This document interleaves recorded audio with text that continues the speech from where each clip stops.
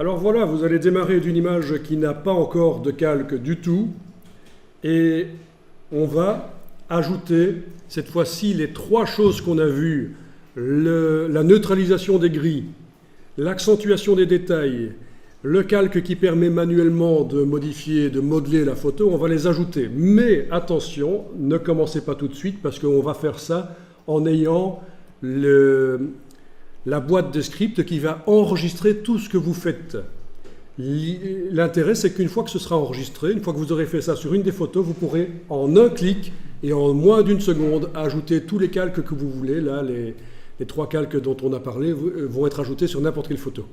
Vous pourrez même, grâce au traitement par l'eau, indiquer à Photoshop un dossier qui contient des dizaines ou des centaines de photos et il va les traiter tout seul, il va leur rajouter les calques.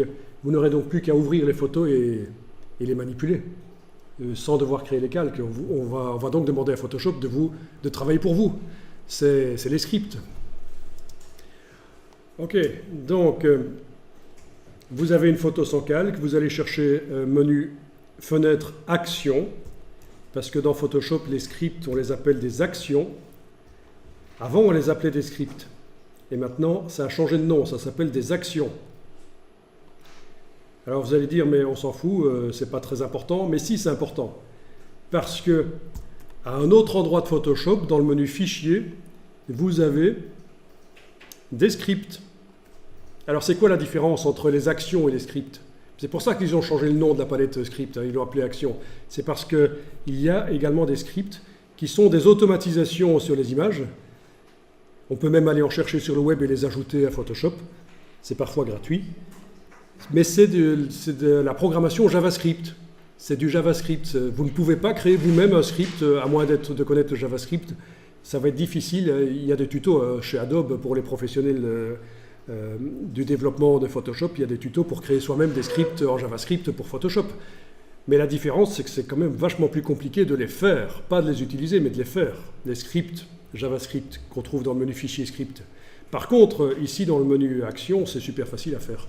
Enfin, quand on a quelques astuces. Alors vous allez faire, dans le panneau Action, là, vous allez faire un dossier et vous allez lui donner le nom que vous voulez.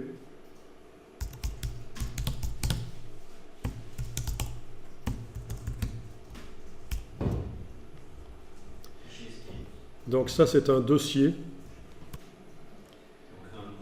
Donc vous avez créé un dossier vide. On va mettre un script dedans.